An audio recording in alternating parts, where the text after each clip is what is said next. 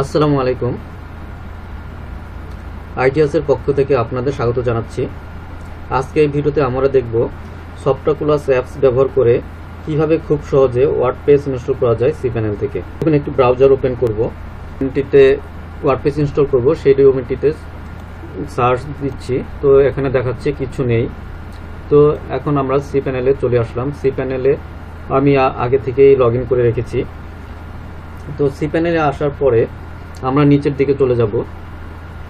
তো নিচের দিকে যাওয়ার পরে যে আপনারা দেখতে পাচ্ছেন সফটক্লাস অ্যাপস ইনস্টলার। তো এখানে এই যে অনেকগুলো অ্যাপস দেখতে পাচ্ছেন, তার মধ্যে যে প্রথমটি এটি হচ্ছে ওয়ার্ডপ্রেস অ্যাপস। তো আমরা এই ওয়ার্ডপ্রেস অ্যাপসে ক্লিক করব। তো ক্লিক করার পরে ইনস্টলার পেজে চলে আসছি। তো এখানে আসার পরে আমরা ইনস্টলে ক্লিক করার পরে আমরা এখানে চলে আসলাম। তো আমার এখানে দেখতে পাচ্ছেন HTTPS সিলেক্ট করা আছে এই প্রোটোকলটিতে। তো এখানে 4টি ভার্সন আছে, HTTP, www, HTTPS, www। তো আমরা সাধারণত HTTPS এই প্রোটোকলটি সিলেক্ট করে দিব। আপনি যদি চান HTTPS, www এটিও সিলেক্ট করে দিতে পারেন। তো আমার এখানে অটোমেটিক সিলেক্ট হয়ে থাকার কারণ হচ্ছে আমার এখানে SSL সার্টিফিকেট এই ডোমেনটির সাথে অ্যাড করা আছে। যদি অ্যাড করা না থাকতো তাহলে HTTP এটি আসতো। তো এখন আমি যেই ডোমেনটিতে আমার ওয়ার্ডপ্রেস ইনস্টল করব সেই ডোমেনটি সিলেক্ট করে দিব। আমার যেহেতু এখানে অনেকগুলি ডোমেন আছে, সেহেতু আমি আমার ডোমেনটি যেটিতে ইনস্টল করব সেটি সিলেক্ট করে দিচ্ছি। আপনাদের ক্ষেত্রে যদি একটি ডোমেন থাকে সেই ক্ষেত্রে সিলেক্ট করা নাও লাগতে পারে, অটোমেটিক সিলেক্ট হয়ে থাকবে। এবং ইন ডাইরেক্টরি এখানে এই ঘরটি ফাঁকা আছে। তো আপনাদের ক্ষেত্রে ফাঁকা নাও থাকতে পারে। আমার এখানে যেহেতু ফাঁকা আছে সেহেতু আমি এখানে কিছু লিখব না। আপনাদের ক্ষেত্রে WP লেখা থাকতে পারে। যদি এটি লেখা থাকে সেক্ষেত্রে আপনারা এটি কেটে দিবেন। এটি কেটে না দিলে আপনাদের হচ্ছে WP এই ডাইরেক্টরিতে ওয়ার্ডপ্রেস ইনস্টল হবে। তখন আপনাদের একটি সমস্যা হবে, সেটি হচ্ছে আপনাদের এই ডোমেনটি লেখার পরে স্ল্যাশ দিয়ে WP লিখে এন্টার দিলে তারপর আপনারাও সাইটটি দেখতে পারবেন, তাছাড়া দেখতে পারবেন না। আর এখানে ভার্সন দেওয়া আছে এবং এটি লেটেস্ট ভার্সন, এটি সিলেক্ট করা আছে অটোমেটিক। এখন এখানে সাইটের নেম, আপনি আপনার সাইটের নেম দিতে পারেন। তারপরে এখানে সাইটের ডিসক্রিপশন, এটি ডিসক্রিপশন দিতে পারেন। এগুলোই ইচ্ছে করলে পরেও দিতে পারবেন যখন আপনার সাইট ইনস্টল হবে অ্যাডমিন প্যানেলে যেয়ে। তারপরে এখানে হচ্ছে অ্যাডমিন ইউজার নেম। এখানে আপনি আপনার পছন্দ অনুযায়ী আপনি একটি নাম দিবেন। আমি ডিফল্টভাবে যেটি আছে সেটি রাখছি। তারপরে এখানে অ্যাডমিন পাসওয়ার্ড এটা দেওয়া আছে, আপনি আপনার পছন্দ মতো একটি পাসওয়ার্ড দিবেন। আমি নর্মাল পাসওয়ার্ড দিচ্ছি আমার সুবিধার জন্য। এবং এখানে একটি ইমেল অ্যাড্রেস অটোমেটিক সিলেক্ট হয়ে থাকলো, না হলে আপনাকে একটি ইমেল অ্যাড্রেস দিতে হবে। এরপর আমরা নিচের দিকে আসতেছি। এখান থেকে বলতেছে প্লাগ ইন ইনস্টল করতে কিংবা সেট আপ করতে আমি কোনটা চাই। এখানে যেগুলো সিলেক্ট করা আছে এগুলো অটোমেটিক ইনস্টল হয়ে যাবে।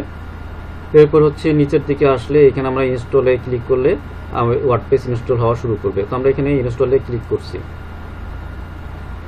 এই যে দেখুন ওয়ার্ডপ্রেস ইনস্টল হওয়া শুরু হয়ে গেছে। তো এটা ইনস্টল হতে কয়েক মিনিট সময় লাগবে। তো আমাদেরকে ততক্ষণ একটু ধৈর্য ধরে থাকতে হবে।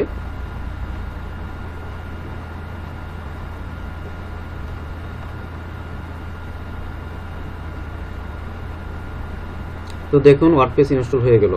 তাও আমরা এখন যদি সাইটটিকে দেখতে চাই, তো আমরা আমাদের সাইটের এই পেজটিকে রিলোড দিচ্ছি। দেখুন কি হয়, এই যে ওয়ার্ডপ্রেস ইনস্টল হয়ে গেছে। এই জন্য আমাদের এই সাইটটি এখন এরকম দেখাচ্ছে। এখানে একটি ওয়ার্ডপ্রেসের ডিফল্ট যেই থিম আছে সেই থিম দিয়ে ইনস্টল হয়েছে। আমরা এখন যদি আমাদের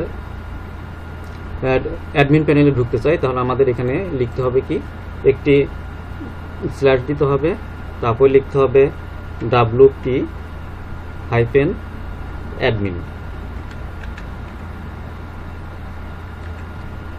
এটি লিখে আমরা এন্টার দিব। এন্টার দিলে লগ ইন হওয়ার জন্য একটি পেজ চলে আসবে। তো আমরা এখানে আমাদের ইউজার আইডি যেটা আছে অ্যাডমিন যেটা দিয়েছিল সেটি দিলাম এবং একটি সহজ পাসওয়ার্ড দিয়েছিলাম, এই যে এটি। তো এটি দিয়ে আমরা লগ ইন করব। তো দেখতে পাচ্ছেন খুব সহজে লগ ইন হয়ে গেল আমাদের ড্যাশবোর্ডে। তো এখান থেকে এখন আমরা আমাদের সাইটের যেসব কাস্টমাইজ করা দরকার সেগুলো আমরা করতে পারবো। যে অ্যাপারেন্স এখানে থেকে আমরা থিম অপশনে যেতে পারবো।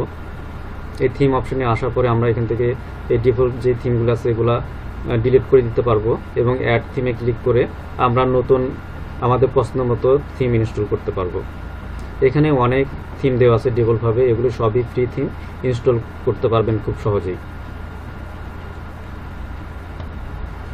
আবার আপনার এই যে এখানে প্লাগইন আছে, এখানে আমরা ক্লিক করলে আপনার সাইটে যেসব প্লাগইনগুলো আছে সেগুলো এখানে দেখা যাবে, এগুলো দেখতে পারবেন। এবং আপনি যদি নতুন প্লাগইন দরকার হয় অ্যাড প্লাগইনে ক্লিক করলে প্লাগইন অপশনে চলে আসবে, এখানে অনেক প্লাগইন পাবেন, যেগুলো প্রয়োজন সেগুলো আপনি ইনস্টল করে নিতে পারবেন। এবং এখানে সার্চ করলে আপনার প্রয়োজন অনুযায়ী নতুন যেই প্লাগইন দরকার সার্চ করলে সেটি চলে আসবে।